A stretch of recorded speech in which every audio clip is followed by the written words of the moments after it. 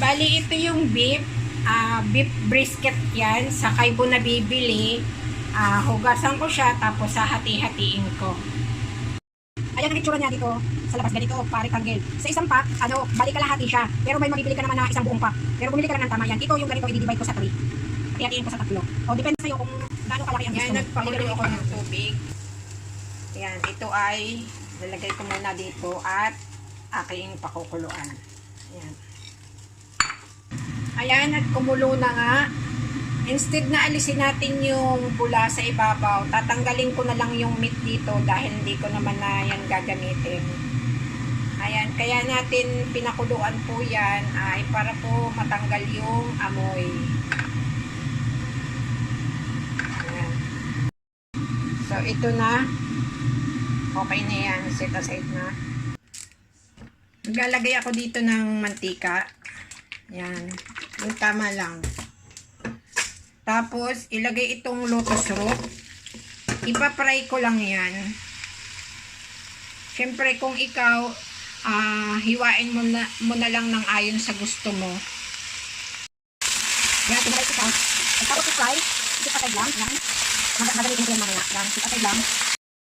Yung pagpa-fry na ito, optional naman. Pwede namang direct mo na lang ilahok. Magdagdag lang ako ng konting mantika. Tapos, ilalagay ko na itong garlic, onion, at ginger. Sama-sama na, ganun din naman. Yan, haluin lang yung ginigisa. Ayan, pagkatapos niyan, at alam mo okay na, mabango na, ilagay na itong beef. Haluin lang. Yan.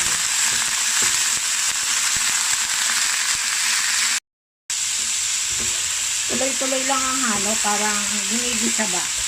Pagkatapos niyan, lagyan ng cooking wine. Yan.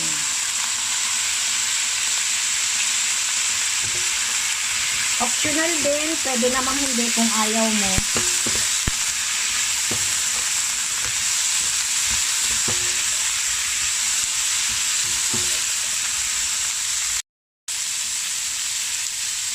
Tapos ngayon, lagyan ng soybean sauce. O, depende na sa'yo kung gaano karami ang ilalagay mo. Haluin lang.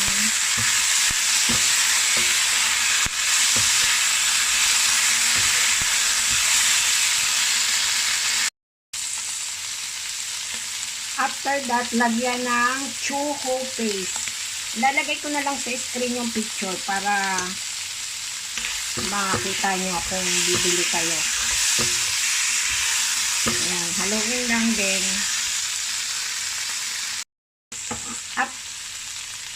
After that, ilalagay na yung pinritong lotus root. Ayan.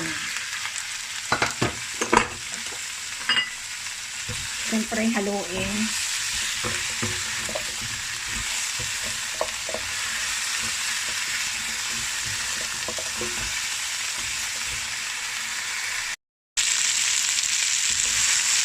Yan, after masangkot sa mo, lagyan naman natin, lalagyan ko ng tubig.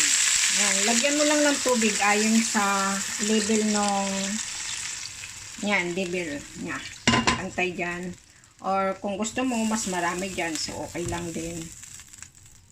After that, tatakpan, and then, hintay yung kumulo. Malakas pa rin ang apoy niyan. So, hintayin ko lang siyang kumulo po. Ayan, at kumukulo na nga. Ipapakita ko lang sa inyo. Ayan, kulong-kulo na siya.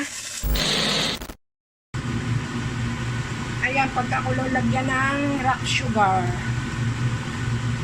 So, yung rock sugar, depende sa dami ng inyong niluto. Then, takpan.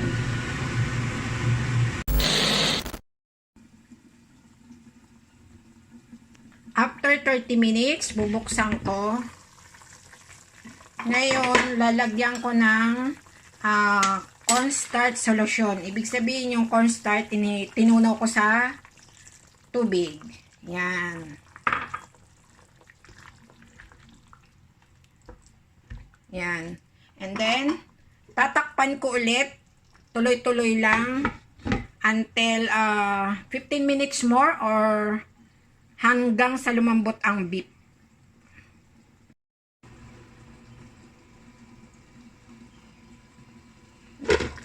Tingnan natin. Yan, may kaunti pa siyang sabaw.